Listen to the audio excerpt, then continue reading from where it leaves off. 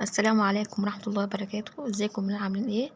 زي ما انتم شايفين كده حبيت نعيد ذكريات زمان والالعاب اللي كنا بنلعبها زمان واحنا صغيرين. لو عجبتكم ننزل المحاولة التانية.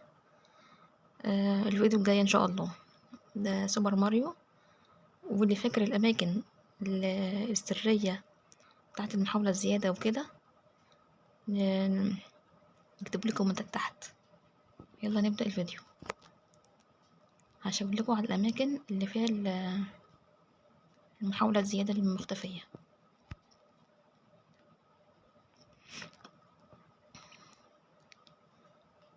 مين اللي كان بيلعب بالالعاب زمان دي؟ انا من جيل 92.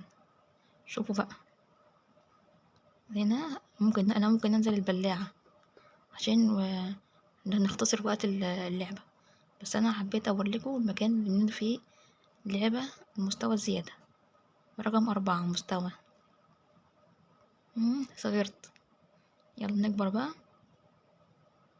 رجعنا تاني. لما بتنزل البلاعة ديت بتختصر وقت المحاولة. نطلع هنا، طلع لنا زهرة كده بيبقى فيها ايه؟ الطلق. فاكرين الطلق اللي بيتضرب ده؟ هو ده، هو ده.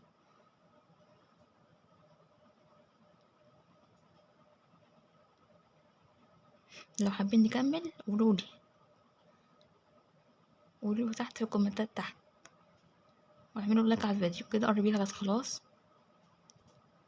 اهو. عايزة اسرع عشان اجيب العلم، معرفتش جبت 800 بس.